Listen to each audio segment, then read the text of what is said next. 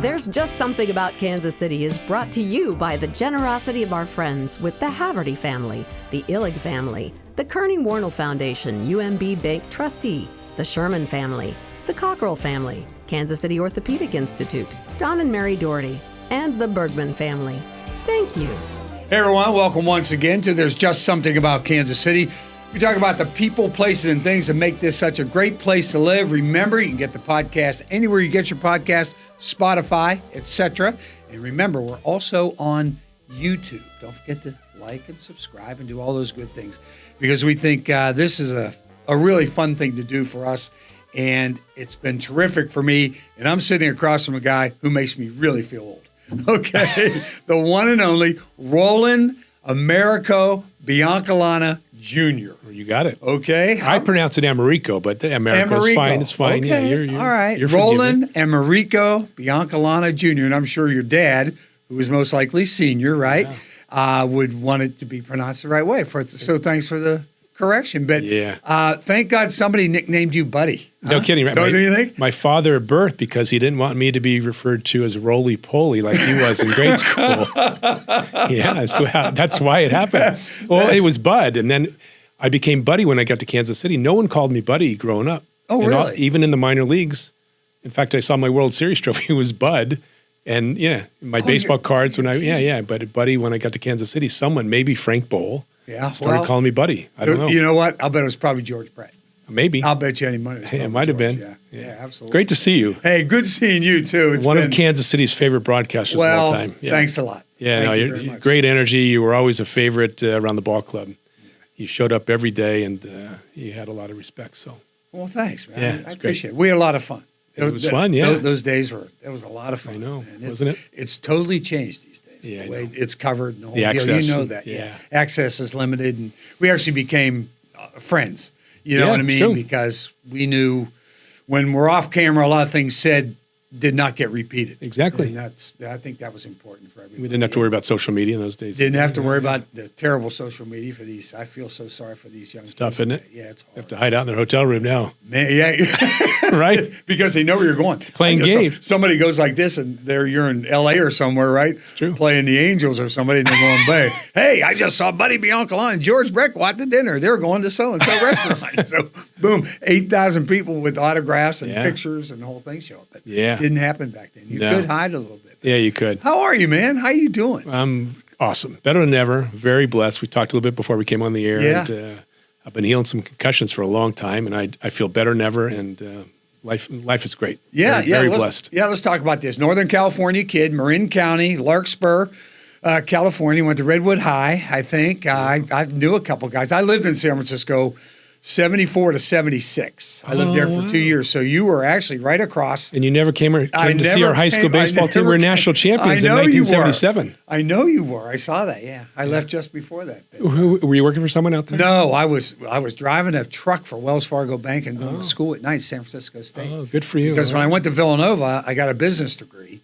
But when I got out, I coached football for like 4 or 5 years. And then I didn't want to coach, but I wanted to stay in the business somehow. Right. And somebody suggested they thought you'd be good at broadcasting. So I went, how do I do this? So I got to move to, at that time, one of the greatest cities in the world. Yeah, it was great. San Francisco. Yeah, it was beautiful, wonderful right? back then. Yeah. And I was living right at the base of Golden Gate Bridge. Oh. I was right on the other side of the bridge from you. Yeah. Okay, we didn't know it at the time, but it was a wonderful 2 years to do that. But you're up there in Larkspur, beautiful part of the country. Growing up, what was it like for you? I know your dad and mom, I think, they both went to Cal, right? My father went to Cal. My mother was from the East Coast, Virginia. Okay. She went to Duke Nursing School. They met in Norfolk, Virginia. My dad was in the Navy. Oh, gosh. He got her to move west. Was he from California originally? Yes, San Francisco, the marina. Oh, he was from the marina. You know the marina down there? Sure. Marina Safeway. Right across the street from Palace of Fine Arts. Yeah. Oh, my, you won't believe this. I lived on Jefferson. I lived right at we dead-ended into the Palace of Fine Arts. Oh, wow, yeah. We're 2040 Jefferson Street. So if he was right across the street, I ran by or walked by his house, his home all the time. Yeah. And I used to hang out there when I was in high school. I'd climb the Palace of Fine Arts. And one time I climbed up, and all of a sudden I said, I got to get down now. It's easier climbing up something than climbing down. It's a lot I told the story the other day. I was like, oh my God. Anyway, but a lot of good times there. Yeah, right. Absolutely. So you grew up, you're born and raised in Larkspur. And at a very young age, you had a pretty tragic accident, didn't you? I mean, that you probably didn't know at the time. I didn't know nobody it. knew how to deal with it, right? Tell the story. Yeah, when I was about 40 years old, my sister said, well, I was not feeling good. And my sister said to me, well, you fell off a bathroom counter when you were a baby. I'm like, I did? Yeah, there's a babysitter. Anyway, I fell, and I know what I hit because I can still feel it right here. I'm working it out 24/7 basically still. And, it was, when you have a concussion, or let's just say head trauma, especially at a young age, you stop crying, okay, I guess I'm okay, or they think you're okay. And over time, blood vessels start to constrict, and you start to wonder why it's difficult to learn in school, why you feel the way you feel, why you respond to relationships the way you do, and everything. But that's been my journey. And then I probably had 4 more concussions growing up. Same situation where hit your head, stop crying. Oh, you're okay. Never see a doctor, never get evaluated. Right. Well, I wasn't okay, but lemons into lemonade. I mean, it really has taught me. I've had to really seek for, what was going on with me, why I was feeling the way I was feeling. Yeah. So you didn't realize that until you were older, and your sister told you about that. That it happened. And really leaving baseball, the stress of leaving baseball, and I only played 5 years in the big leagues. Right. So I had to go out and make a living and all that. And the stress of doing that, when you have head trauma, it's like it all builds up. It's like, oof. It was tough. Yeah, absolutely. Yeah. And for those who don't know and don't remember, Buddy, the 85 team, I think there's 3 people that people remember right away. George Brett, Brett Saberhagen, and Buddy Biancalana, because of what happened during that 85 World Series. But we'll get to that eventually, okay? But you started playing baseball, and your dad was working down at Financial District in San Francisco, right? Yeah. He was a stock and bond trader, I think. He was a stock and bond broker in San Francisco. Yeah. And the great thing about being in the stock market in California is you're done early, right? Yeah, because the stock market in New York. Yeah, 1:30 in California or something. It closes at 1 o'clock, whatever. 3:30 or 4:30 in New York. Yeah, so 1:30, market's closed. He'd go out and have a nice lunch. So many good restaurants in San Francisco. You got to take advantage of that, right? That's right. But he'd be home early and was able to spend a lot of time with me in the front yard and down at the local school playing baseball. And he loved baseball. He wasn't a great player, but he just loved the game.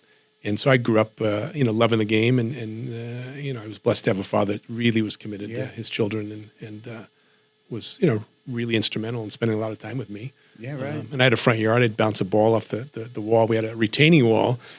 You remember the semis, the rubber baseballs? Yes. Yeah, you don't see them anymore, but I'd throw the ball against the wall every single day for probably an hour. And we had pillars in the front yard, and we had steps, and we had planter boxes. So I had to kind of sidestep all of that to catch the ball. Too, right? Yeah, it really helped my footwork, right? Sure. And every now and then I'd hit the pillar. But anyway, I had a nice childhood there. Yeah. Did he play much? Was he an athlete much? Not much. Yeah, I just loved the game. Tried to play some baseball, but he just wasn't that athletic. Yeah. But loved it, and we grew up Giants fans, and then actually became a Dodger fan. Believe it or not, that's not easy to do. Right? No, you're not allowed to do that. No, you're not allowed to. But we did it because we had a friend who he ended up. Bill Singer was a former pitcher for the Dodgers and Angels, and my dad was mentoring Bill to get in the stock and bond business after baseball. So. Oh, that's pretty cool. Yeah, we kind of transitioned from Giants to Dodgers for a bit. Yeah, yeah. So you play, obviously you grow up, you play in high school. Your baseball team was ranked number 1 in the country, I think, at that time, yeah, right? 1977. And you made the all-United States baseball team right at that point, right? Yeah. That was your senior year in high school? Yeah, we won the national championship my junior year. We were runners-up in my senior year. Okay. Yeah, we were mythical. They didn't have tournaments. Yes, right. Yeah, we were voted. We really I think we had 11 guys off our junior team that went on to play college or professional baseball. Wow. Yeah, and we had a fabulous high school coach, Al Endress. Al played in the Dodger organization, so he learned a lot about fundamentals. It was Branch Rickey, I believe, was the guy, the one behind all that with the Dodgers back in those days. That's right. And so Al was just, brought a lot of that knowledge to our program. And he actually was a running back for the 49ers for a bit. So very well-rounded athlete. Yeah. And a real leader and commanded a lot of respect and, really made us believe that we were better than what we were. But we were pretty good. Yeah. How often did you go to the Giants games? Oh, we'd probably go once a homestand. Okay. Yeah. Oh, gosh. That was quite a bit. That's a lot. Yeah. Yeah, it was Candlestick Park. Boy, that place was terrible. When I got traded to Houston in 1987, so I grew up going to games at Candlestick Park, and it was freezing, and the wind's blowing the hot dog wrappers against the fence. The fog would blow in and burn off and blow in. Yeah, it was terrible. So I get traded to the Astros, and we're making a trip to San Francisco. It was August, and I'm out there playing shortstop. I felt like I was playing in Cleveland in April, where the wind was whipping off Lake Erie. That's right. It was incredible. I couldn't believe it was that cold, but that's San Francisco during the summertime. Yeah. Are you sure we're in California? I know, right? Those deals, right? Yeah. Yeah, it was tough. But going there was fun, I'm sure, for you. And being a kid, it's still got the big stadium. You really didn't care much about, the fog or whatever the atmosphere was like. It was just great going to. You're a fan, Absolutely. It's great being a fan. I'm a fan again, I'm a fan of the Royals again. It's really wonderful. Yeah. We'll maybe get into that. Yeah, we will. And so you're in high school, you're a senior in high school, you're thinking about going to college. How much of you're going to ended up drafted in the first round by the Kansas City Royals, the 25th pick overall in a 78 draft. And the situation for you was, I don't know if you knew, did you know you're going to go in the first round? No. Did you think, you didn't think you were going in the first round. So you were ready to go to college, right? You were going to go to Arizona State, correct? I was, correct. Play college baseball. You're the best, man. Yeah. You remember it all. I know you got some notes, but you remember your notes. Hey, you're so good at what you do. This is my Y pad, not my pad. It's my yellow pad. You need to make a comeback. I need to. No, I'm not making any comebacks. Go. You could do it if you want. Right. So, I'd heard I was going to be like a third or fourth round pick. Okay. Yeah, by Pittsburgh or Cincinnati. Okay, so if you were going to be a third or fourth round pick, were you going to opt for college? Yeah, for sure. Okay, yeah. Go ahead. I was from a very educated family. Yeah. And although because of my concussions, it might have been a tough route for me. But anyway, the morning of the draft, I get a call from John Schuerholz, who is now in the Hall of Fame, of course. Yes. Not because he drafted me first, by the way, but he calls, and those days, we had no cell phones in those days, and I pick up the phone up in my room.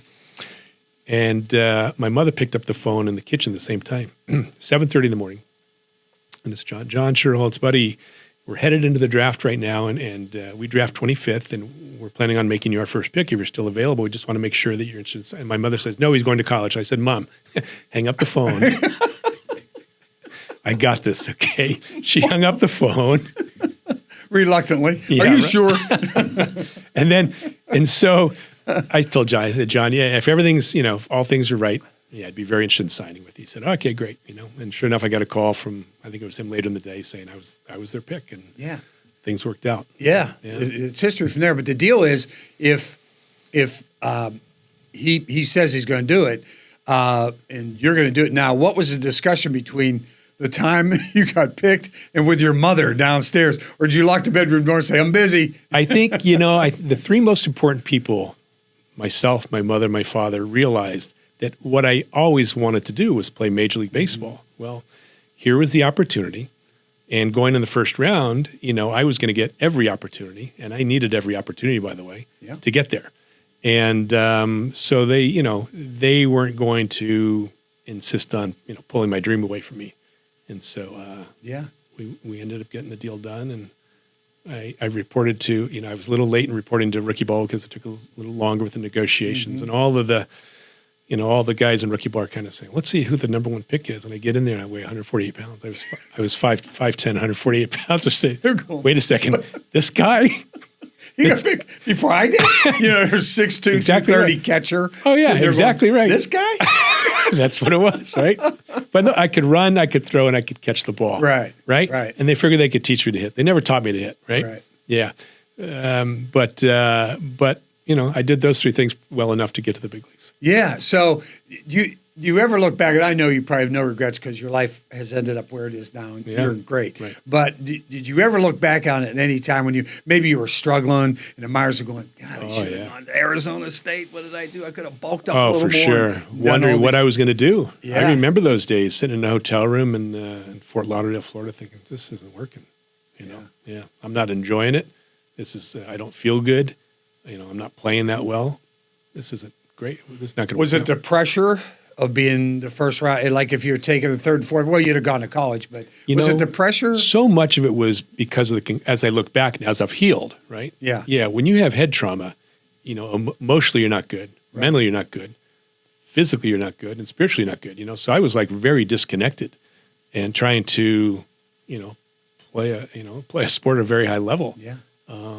But when and I struggled, but when I got to AAA, something really switched in me. I started to, see a little light in AA. I started to hit the ball a little bit better, right?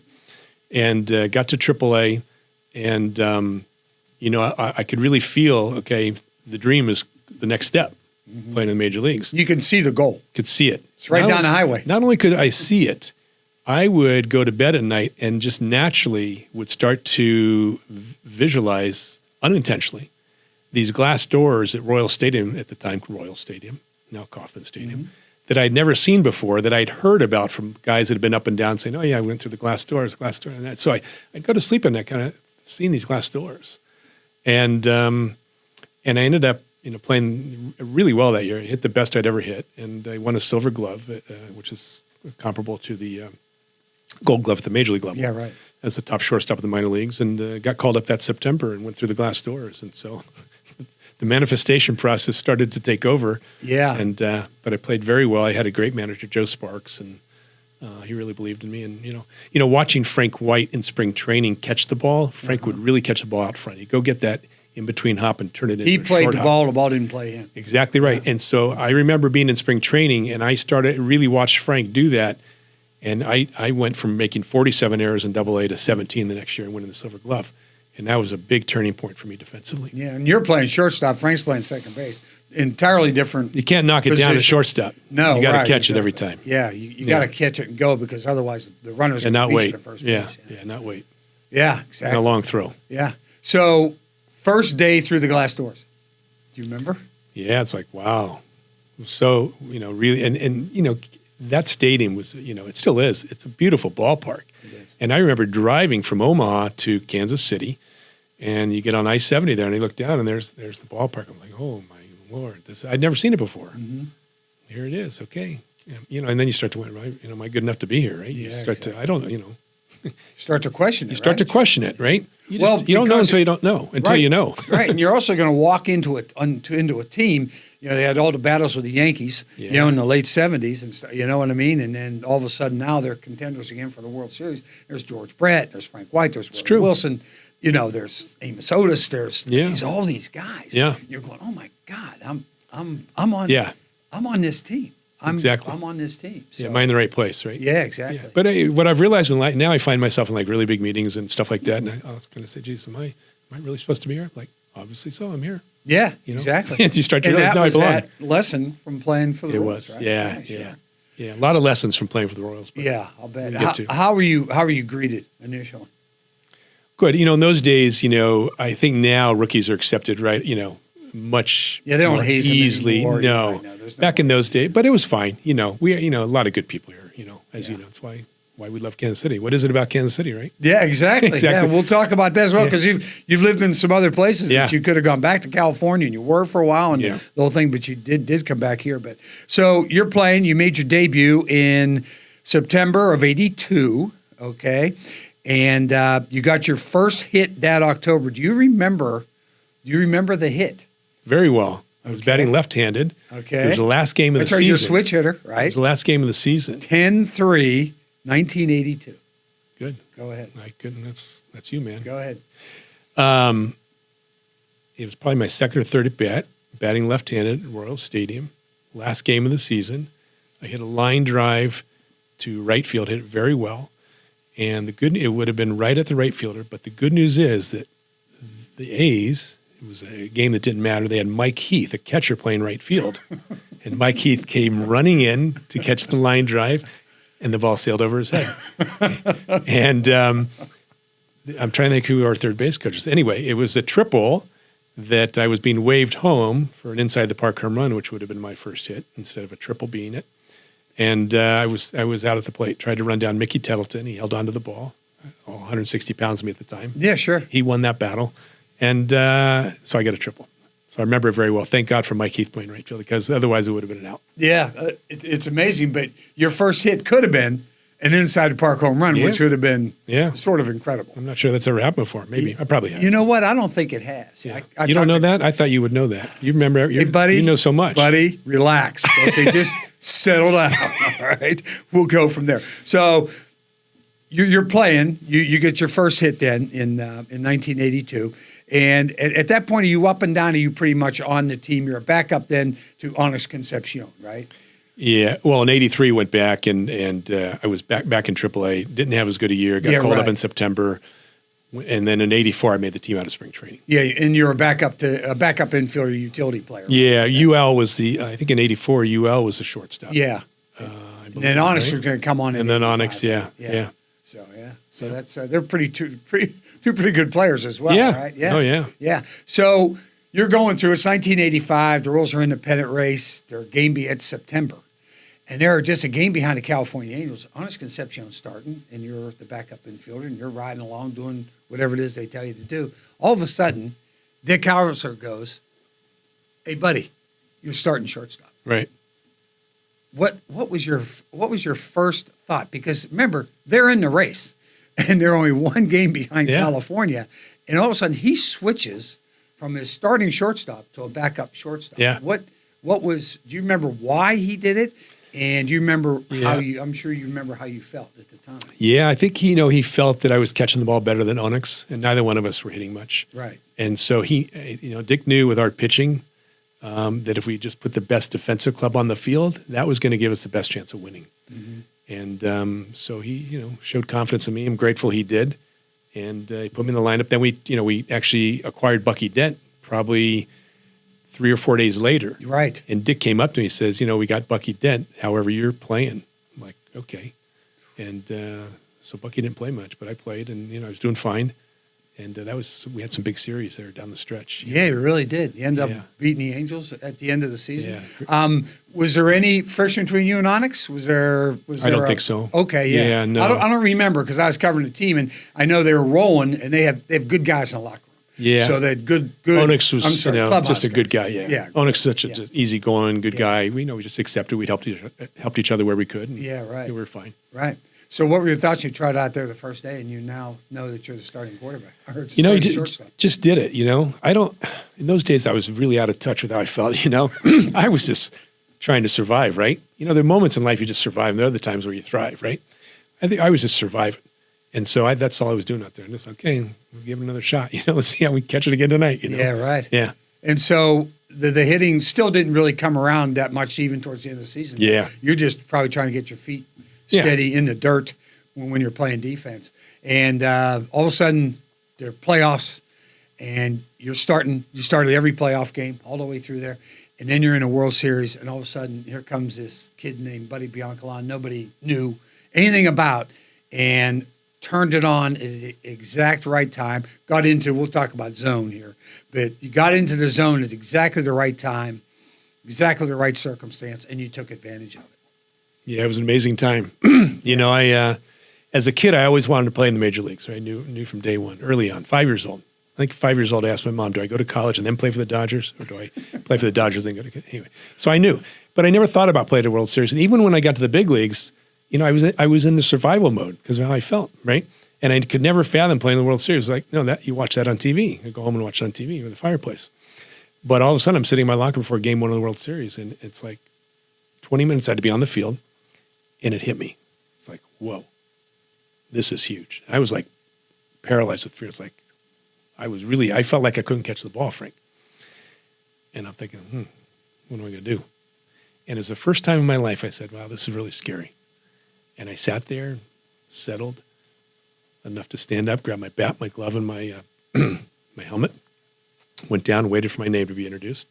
Took the foul line, and I went out and I played 7 of the best baseball games of my career. Yeah. Yeah, I was in the zone. Yeah, you were in the zone. I think if Brett Saberhagen hadn't pitched so well during the World Series, he won the Most Valuable Player Award. I think you probably would have won the Most Valuable Player Award. I was told I was leading vote getter position players. Right, yeah. So you probably would have won the Most Valuable Player Award in the World Series. And yet coming from the background and back up and light hitting, but I can field and just playing defense. All of a sudden, I explode on the scene. I bat .73 above my average, for the World's, my lifetime average in the league during the World Series. Yeah. Hits at the right time, on base at the right time.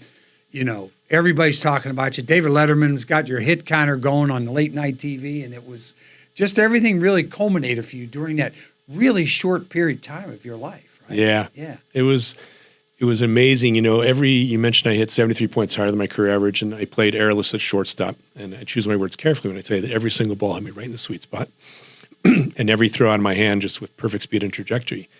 And it was almost a feeling of not being able to do anything wrong, even when I tried. It was an amazing experience. Despite the way you felt when you stepped out there when you were making the announcement in game. Yeah, exactly. There was one play that I like to talk about that Ozzie Smith was stealing second and Frank was taking the throw at second, and the ball kicked away into left center field, and I hustled after it and picked it up and just kind of wheeled back to make a soft throw to second.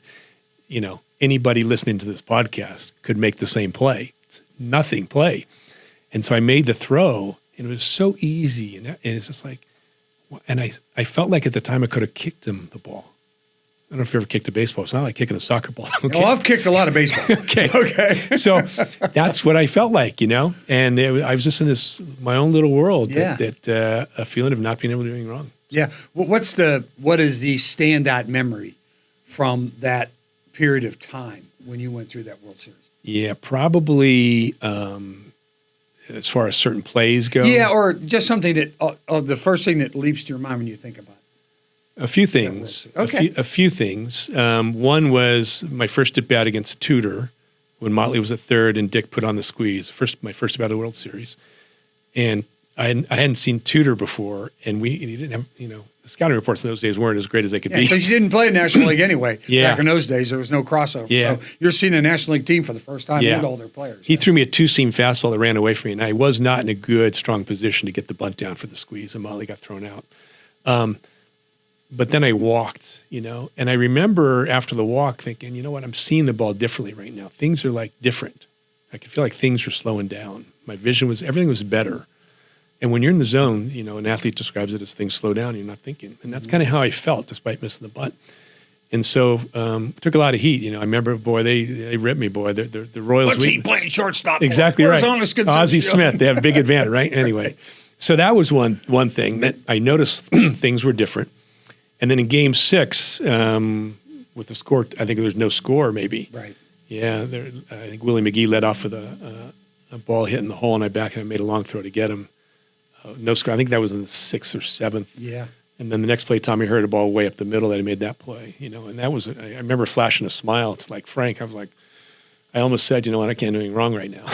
So, I'm glad you didn't say that. I'm glad because that's right. The away. baseball Here guys. It goes. Being an athlete, how how that works. Yeah, exactly. So, but those are the two main things, and then the thrill of Dane Orge's hit in Game 6, where I almost beat Jim Sundberg to the plate. Because I was really into it. It's like I wanted every ball hit to me. I had pretty good players around me, right? Frank at second. 7 Gold Gloves, whatever. Right. George at third, who became a very good defensive player over time, and me at shortstop. But I wanted the ball hit to me. I'm not that those guys wouldn't make the play, but I knew for sure I was going to make the play. Yeah. That wasn't always the case. I'm sure they're thinking the same thing. They might have been. They were. They're saying, hit the ball to me, I'll make the play. Yeah. I don't know if those two guys will, but I will. Right, exactly right. Frank's doing the same thing. I don't know if those two guys will, but I will. Yeah. So that's how I felt, And it wasn't like that all the time, but that's how I felt in those crazy moments. Yeah. And then as your career goes along, the next year you are the starting quarterback, defending. I'm sorry, I keep saying football that's all right. references. You are the quarterback of the infield, but you are the starting shortstop. Okay. Well, actually, I wasn't. I went. Yeah. In '86, I thought you started '86. No, they traded for Angel Salazar. Oh, okay. All right. Yeah. See, I did miss that. Yeah. I'm sorry. In '86, so you played in 100 games. Yeah. Right? No, I ended up playing a lot. Yeah. In '86, but I didn't start. They went and got Angel Salazar. See, I thought you started there. Yeah. No. And so very interesting that they had the Fox. Remember KCFX, the Fox 101? Yeah, sure. So they did a promotion on opening day. What would it be? If you can't be a Royal B, I don't know what it would be. Biancalana. Biancalana, whatever. Yes, and they had these masks they handed out to probably 40,000 fans. And I went on the lineup. They were promotion for you, and you ain't playing. I'm so glad I can laugh about this because it could have been devastating to my life. Oh, absolutely, yeah. So, yeah, I'm not in the lineup. But anyway, so, yeah, that's what happened. And then in 87, Dick got sick. Yeah, right. Yeah, or in cancer. Sad, you know. Yeah, very sad. And Billy Gardner came in. Yeah. And they played the first 3 games. I made an error on opening day that hurt us against the White Sox. And then I hit a run. I was going to come out of it. I was going to be fine, but Billy didn't give me much of a leash, you know. Yeah. And I was out. And that was kind of the end of my playing days in Kansas City. Yeah, absolutely. And then you went to Houston. But I was fried. And so basically 20 months after the World Series. Yeah. You're out of baseball. Yeah, out of the major leagues. You're out of the major leagues. Because I had no idea. Yeah. I had no idea what happened that allowed me to play so well. A lot of people thought it, you know, George calls it a flash in the pan. Well, yeah, that's kind of what I was. But I didn't understand, right? And when you have these injuries, like I was clueless. Yeah, right. You don't understand what's taking place when you're playing your best. So typically, when an athlete's not playing well, they can tell you, I'm doing this, I'm doing that, I'm pulling my shoulder, I'm not getting my foot down, I'm not getting my elbow in the slot, whatever it is, not finishing my pitches. But when they're playing their best, they really don't know what's happening. They just know that, things are slowing down. Yeah. I'm not thinking, everything's very fluid and effortless, great timing. Yeah. And you didn't get into the zone motion in the study of the brain much until afterwards, right? Oh, and a long time you after. went from, I think you studied real estate while you were playing to sell. That's right? a funny story we'll get into. Your career wasn't going to last that long. Yeah. No matter, even if you played for 10 years, you're going to had a back injury and doctors wouldn't let me, that was a mess. Right. And you guys didn't make that. Being a first-round draft choice, you should have made like a ton of money, but back in those days, you just didn't. Yeah. Guys needed jobs during the off season in order to make ends meet. Yeah, you got it. It's crazy. Yeah. So you thought about that. You had a real estate license. You did that for a while. You did broadcasting for a while. I remember on the weekends, pre and post on weekends for the Royals, and it was. Is that the way you were thinking about going at first? You think? I didn't know. I didn't feel good. Were you thinking, hey, you know what? I was hustling. I'm way better than Frank Bowl. I don't know why I'm not doing TV. Right. That's what I thought. Get him off the air. Get him off the air. That old man. Right. So what were your thoughts were going into broadcasting? Just trying. I considered it. I remember talking to Bob Costas, and he gave me some advice. Good guy to talk to. Yeah, but I realized, I realized it was just kind of being in the entertainment business still, you know what I'm saying? Yeah. Oh, sure. And I was kind of done with being in the entertainment business and playing, in front of 40,000. And I wasn't feeling good. Well, the last thing you want to do when you don't feel good is entertain someone else. Yeah, right. Especially 40,000 people. That's exactly right. Especially live. Yeah, right. Live studio audience of 40,000 people every night is crazy. Exactly. Yeah. But you did get a lot of notoriety while you were playing. You ended up on Letterman. Ended up on Letterman, yeah. That was a fun deal, right? That was fun, yeah. It was, you don't realize the power of the media. Oh, my God, But my phone was ringing off the hook after the World Series for a month, really. But I was going to say for 7 days, I'd wake up in the middle of the night thinking, this really happened? And I remember telling, when I saw all these opportunities were starting to come my way, I remember telling my wife at the time, I'm really not interested in doing any of this stuff. It just wasn't me. I played baseball because I was pretty good at it. I really enjoyed it. And all of a sudden, you're on this massive stage and having a series like I had, and my phone's ringing off the hook. Everybody wants a piece of me, wants me to do this and do that. And I'm like thinking, you know what? I'm just not that interested in it. And she said, it's a once-in-a-lifetime opportunity. I'm like, okay, go do it. Just cash in on there was something. notoriety. There was something percolating deeper, which right. we can get into if you want to. Yeah, right. You really didn't. You could have cashed in more from your notoriety from that brief stint. Yeah, that you probably really didn't, did you? Had I felt good. Yeah, right. Exactly. Yeah. So you were going through a lot of stuff. Right? Oh yeah. So now all of a sudden, all the concussions are starting to manifest themselves as you're an adult. Amen. And you talked about as a kid, you woke up, your head was crooked. Your head wasn't just right where it's supposed to be. Where other I hope it's straight. Is it straight now? What's wrong with my head? But you don't learn those things until later in life. So talk about that journey a little bit, discovering what it was, what was going wrong. Yeah, I just through trying to figure it out, through some therapy, through yoga, through healing my back. My back was a degenerative disc and neck injuries, and so through trying to feel good, you just start to turn over a lot of stones, and everything helped. And so I've been really all over the country for people to help me and learn from, and through that process, just learned a lot about how to feel good, and how to, how our thoughts, how our emotions, how the brain functions, this whole system, which I often say now to, clients and all the people I speak to, that it's not enough to be great. It's you got to understand what makes you, how do we function? How do we function? Aaron Judge is great. Clayton Kershaw is great. Barry Bonds and Prince Fielder and A-Rod, great. But when the pressure increased in the postseason, they didn't really play as well. In general, Bonds and A-Rod broke through, but they didn't produce as well in the postseason when the pressure increased as they did during the season, where, they're great players, but didn't understand all the subtleties of physiology. Well, we have 162 games, whereas now we've got a 5-game series or a 7-game series that we've got to win. Yeah, and the subtleties of the brain-body connection, and the emotional body, and how that impacts performance. Right. And it's never been more important than it is now because, pitchers are throwing, 95 to 100 with late movement, a lot of movement, high spin rate. It's never been more difficult to hit a baseball than it is now.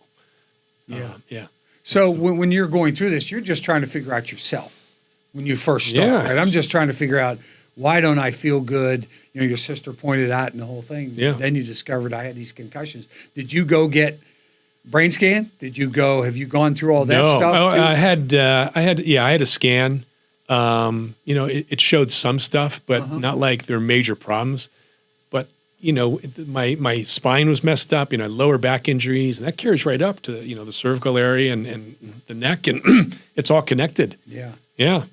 And then on top of that, the stress of leaving baseball, right? Yes. So now I have to find something. Compounds, So, but, it was a good journey. I feel good about it. I'm blessed. You feel good now. I'm blessed what I learned and blessed what I can teach. Yeah, exactly. And you are now teaching that and trying to let people know. People are always trying to get in the zone. Yeah. And it's not just athletes.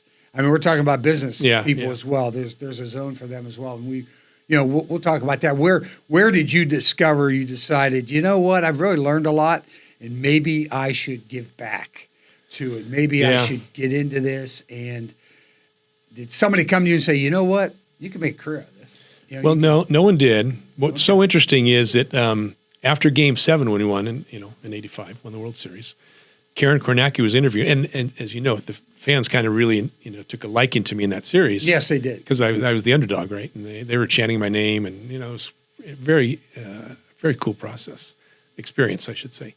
And I'm being interviewed by Karen Kornacki, one of your competitors back in those days, and Karen. I said to Karen, I'm so grateful the way these fans have, taken me in here, and it was just so amazing. I said, I just wish I could give something back to them. And I caught myself. I said, well, I guess we just won a World Series, and that's pretty cool. But, at a deep level, there was something else that, I could feel. It was there. Something was there, and I had no idea what it was at the time. Well, what it turns out is now what we're able to bring, to not just Kansas City, but, bring into all sports. Yeah. Understanding the zone. So, from that zone experience in the World Series, we've been able to quantify, what happens in the brain when an athlete's playing their best and more importantly, teach it. And so, I work with executives as well and, and salespeople and all that. So, but mostly athletes. Yeah. Right. And you call it Zone Motion. Motion. You've also co-written a couple books, including 7 Secrets of world-class athletes, which, we'll get into as well. But you have Zone Motion. It didn't start out as Zone Motion. It had another name. It was PMPM Sports. PMPM. Yeah, PMPM. Perfect Mind, Perfect Motion. Perfect Mind, Perfect Motion. So that's the way you started, right? Yeah. Basically. Yeah. So when did you launch this? So I started teaching a lot of this 18 years ago. Met a guy named Steven Yellen, who was a tennis player, and we put some things together, and then I wanted to go do studies. I'd known what we had figured out, and so I wanted to do research, and he really wasn't interested in doing research. So I went on to do 6 research projects, 1 full-blown study at the American Sports Medicine Institute in Birmingham, Alabama. Dr. Andrews down there. Dr. Andrews, yeah. The go-to, world famous. The go-to orthopedic surgeon. Because at a time when I was starting to work with some professional pitchers, I realized that my guys weren't getting hurt at a time where pitching injuries were skyrocketing, as they still continue to. And I knew that zone motion was the primary solution, was the missing link to the injury epidemic. There are a lot of things that can, occur for an injury, to happen. But I knew that this was the missing link because the brain, the brain is the operating system to our whole life, and it's the operating system to the muscles. And therefore, if it's not the priority, you don't understand how it functions. Yeah, right. You don't have full control of the muscles. The muscles aren't going to fire in a synchronistic, harmonious, sequential manner. And so the study at the American Sports Medicine Institute was very, very successful. I think it was like 94% of pitchers felt more locked in, 88% felt less fatigue, less shoulder discomfort, elbow discomfort. And then it led to EMG study where we measured muscle activity and saw that there was a reduction in the lat and increase in the pec. And Dr. Kevin Whitty, a local orthopedic surgeon here in Kansas City who does Tommy John surgery, who actually trained under Dr. Andrews in Birmingham, looked at the research and said, yeah, this shows more support for the shoulder, and we can assume the elbow. And so, it's a missing link, but it's very interesting trying to get people to believe all that. Yeah, to believe all that. In that industry, in that medical industry, they really, I'm not sure between you and me, Frank, and everybody else who's listening here, and wherever this goes, I'm not so sure they want the solution. Yeah, right. Sometimes they don't, because you'll get people that, there's people just won't listen. Okay, it's like anything else. There's just people who won't listen, and there's just people who don't care. There's sort of, and there are people who won't pay attention to the science. And there's people who won't pay attention to science because they don't really believe in it, or they can't say, like lifting weights or something, I can lift more weights now. The unseen is very powerful. Yeah, and all of the science that's been done aligns with all of the testimonials and everything that I've seen for years. That zone motion enhances performance, it speeds up development as well, and it minimizes soft tissue injuries. And it's not a substitute for anything that's being taught biomechanically. Yeah, right. You're not teaching biomechanics. You're not teaching. Don't do this arm saw, this arm saw. But all that is important. All here. Yeah, all of that's important. Yeah, I'm not saying mechanics are not important, because they are. And when they're based on physics, right? When you put the body in the proper position based on physics, proper angles, and the brain's in the right state, boom, everything comes together in a beautiful, synchronistic manner. Yeah. But when one of them is off, that's a problem. Yeah. This would be great to teach young kids, but young kids sometimes are so scattered mentally. Yeah. They're into, I got to go to class, I got to go to baseball, I got to do this, I got to do that. It's tough to get them locked in on something like this when they're very young, right? You work mostly with college, pro athletes and college athletes. All the way down, yeah. Pro, college, high school, youth, yeah. I've got, youth, some high school kids, yeah. Yeah. Can you talk about, I don't know if you could probably name them, but can you talk about some of the successes you have had that you feel really good about, that they really listened and giving you the testimonials and the whole thing? Yeah. Probably a few of my favorite success stories. Scott McCarron is a PGA golfer, senior tour. Yeah. Scott was he just turned 50. He was going on the senior tour. He'd won 3 times on the main tour, and reached out to me, and we connected in Arizona. And a great guy, and he's a guy that was doing a lot of good things for himself already. Quite often I'll get problem cases, but when I get a non-problem case who's open-minded and has a belief system that's like, I wonder what else can help me. Yeah. Oof, I want to try to be as good as I can possibly be, 100%. So I'm going to examine everything. Exactly. Right? That was Scott. Right. Scott, we got together in Arizona and then spent, the next couple of months working together. And he went on to win 11 tournaments in the next 4 years. Wow. On the senior tour, and won over $9.5 million. So that's one of my favorites. Another one of my favorites is, I think it might have been my first professional baseball player. I think, but Bobby Keppel was a first-round pick, kind of a sandwich pick in those days between the first and second-round pick for the Mets. And I had been on a cruise that winter with his agent Jimmy Turner in St. Louis. And so in January, Jim called me and said, hey, Bobby Keppel, decided to retire. He'd had I think it was a 4.5 or 5.5 ERA over 4+ seasons in AAA, and a cup of coffee in the big leagues. It was disastrous. He said, the Minnesota Twins called, and they said they have a slot open in spring training, and Bobby Keppel's thinking about doing it, but he's working, he decided to go to work for his dad as a landscaper. His dad has a landscaping company. But he's thinking about, maybe one more shot. Would you work with him? I said, sure. So we figured it out. We got together.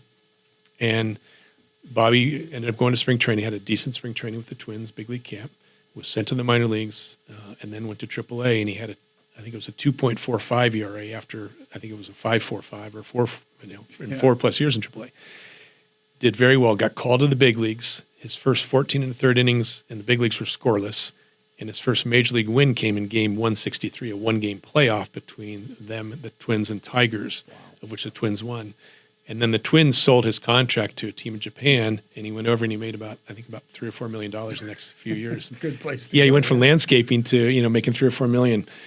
That's right. That's another one of my favorites. Yeah, sure. Yeah. But when I first started doing this, we saw like that off the charts performance increase, Mm-hmm. and it's like, wow, and I really didn't know what I was doing. And my first 4 professional baseball hitters, there were 3 independent league hitters and 1 major league AAA guy, Nick Green, infielder, Seattle at the time.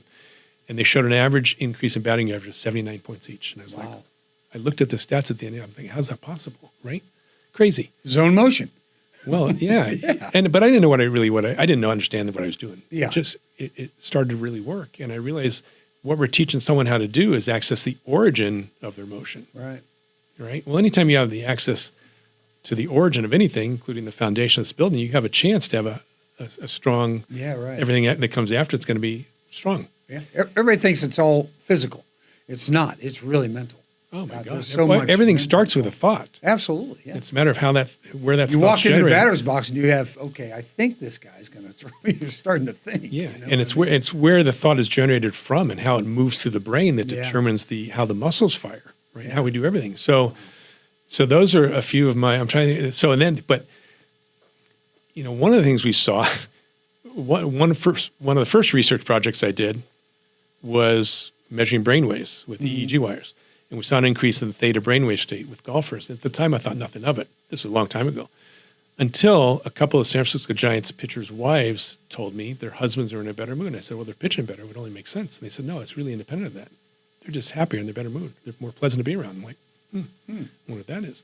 And so I thought back to the research project where I saw an increase in theta and started researching theta. Well, theta shows an increases serotonin and oxytocin, 2 feel-good chemicals. Yeah, right. I'm thinking the reason we do anything in life, right, is because we want to feel good. Yeah, we want to do something we enjoy. Exactly. Yeah. Well, if we feel good, we do better. Yeah. The ultimate desire is to feel good, not to do well. But it turns out when we feel good, we do better. So it's the same processes in the brain that we've been able to identify and more importantly, teach. Yeah, we can think about that in everyday life. You're happier at home. You're happier at your job. You're happier with the kids. Yeah, everything's better. Well, I did hear one guy who plays a lot of golf. You got him out in the back of Wigwam somewhere.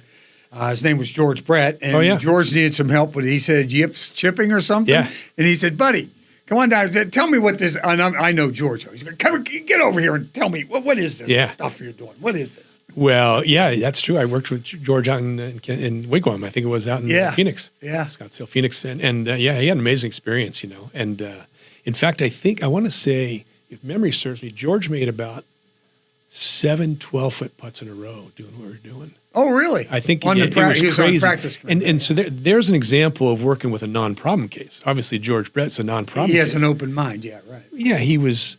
he had a lot of success and he did it his way. So a lot of things worked well for George, but maybe, he could be prone to slumps now and then because he really didn't understand what made him great. Yeah. Same thing with Bonds and A-Rod, as we mentioned, and Kershaw and others, and Aaron Judge, right?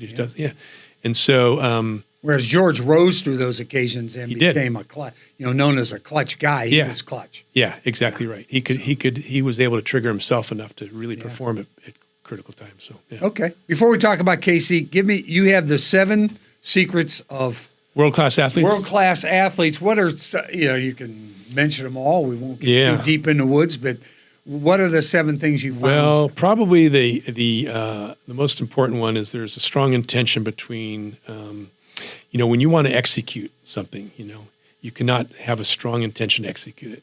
You have to know what you want, but when you start to attach too much so to the outcome, the brain processes break down that allow all the muscles to fire in a synchronistic manner. Right. So your chances of achieving that desire actually diminish the stronger your intention is. Mm-hmm. But it's having the intention and letting go of that intention, then taking your action from a place of detachment where you don't have the fear in the system. Because a lot of humans do things and don't do things out of fear. Right. If you really think about it.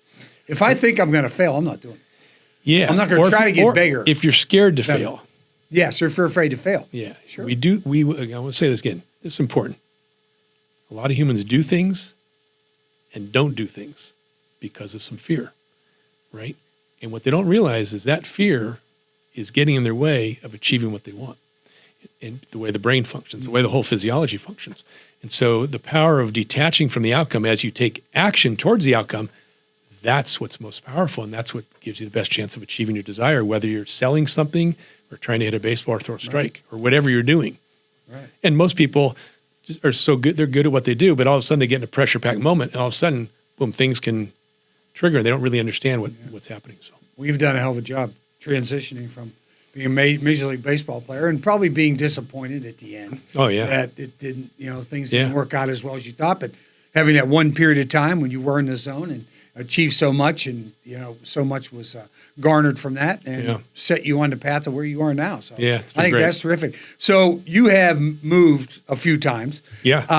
Back and forth. You were here for a short period of time, but you're a California kid. Yeah. And I think you went to California for a while. Right. Tried to figure out maybe this will work, but why here? Why did you eventually come back to Kansas City? Well, first of all, I had 2 boys. I was commuting in for 8 years. Okay, And I don't know if you ever commuted from California to Kansas City, but it's not like commuting from Overland Park to downtown Kansas City. There weren't a whole lot of nonstops back in the day. But I got to the point, I was healing my concussions out there, and got to the point where okay, I'm good, and the business was starting to really take off, and it enabled me to come back, and which has been really great. And it's been so great to connect with, a lot of old friends like you as well. And make a lot of new good friends here, and follow the Royals as they're getting good again. Very excited about them. I think they're in a great place. So it's been great. What about Sherry and the boys? Sherry's great. We've been together 11 years. Yeah. We reconnected after we smiling. Dated. Yeah. And you met. She makes me smile every where? day. We dated in 7th grade. Oh my God. Yeah. Yeah. back to Larkspur. Everything goes around in a circle, doesn't it? It's amazing how it works. But it's been good. There's a history, our families knew each other. Our sisters went to school together. We dated in 7th grade. A lot of mutual friends, and just as, a lot in common. But it's been great. My boys are wonderful. Bryn's 38 in Sedona. I've got a 21-year-old, a junior at Missouri, Gavin, amazing kid, and Alex, 18, who has Down syndrome, is graduating from Blue Valley Northwest. Yeah, who's an amazing kid. Brings joy to every moment of the day. Unbelievable. I was at lunch with a guy the other day, and he kind of wants to help Alex, move forward in his life. He said, well, what's he good at? And I said, well, there's some things he's good at, but the best thing he can bring to any environment is the joy. Yeah. That's powerful. When you have joy in an environment, right? There's studies, that show the impact that has. In fact, there's one study, I'll share this. This is important to know as a human. There's a study that was done where 10 people are sitting in a circle, and they're all hooked up to EEG wires. So we're all connected, okay? And we all have sound. we all have a light on our head. Oh gosh. And all 10 people are instructed to think a very kind, loving thought, right? One person, after a minute, was instructed to think a hateful thought, okay? So all 10 lights illuminate, right, when they think the powerful thought, the loving, kind thought. Mm-hmm. And then all of a sudden, here comes the negative thought. All the lights are affected. So that's how important our environment is. And so that's what Alex brings to the environment, He lights you up. He lights you up. Everybody. He makes friends everywhere, makes friends everywhere. So. You always see the big hugs. Run up and just the big hugs. Big hugs. And he's very, very high functioning too. Yeah, sure. Alex is really high functioning. Yeah. And very, very smart. And his speech gets, I have to tell him, enunciate a little bit more. I'm not quite understanding you right now. Yeah, right. So, but he starts going quick, right? He's a joy. He's pure joy, 24/7. But you're enjoying KC, right? You're just loving it now. Great. I always loved it here, and it's great to come back. Yeah, and great to be able to do what I've wanted to do. I knew, as I told Karen Kornacki, there's something I wanted to give back to Kansas City besides just the World Series. Right. And so it's what we're doing. Helps kids in the classroom. I've never worked one-on-one with a student athlete who hadn't done better in the classroom. Yeah. So. That's very awesome. Blessed. Great helping people, God bless you, man. You too, man. You're the best. It's you great. too. Great seeing you. You're great. Yeah. Oh, you like Karen Kornacki better than me, I can tell. So don't fear me. Stop. Thanks, buddy. I appreciate it, and keep doing what you're doing. And you're another reason why there's just something about Kansas City. Thanks. It's a great place. Thank you. There's Just Something About Kansas City is a registered 501c3 nonprofit organization with the mission of documenting the stories that have built our city to inspire and educate generations to come. Our work is being made possible by the generous support of local partners like you. You can help us share these stories by becoming a sponsor today. Visit somethingaboutKC.org to learn more.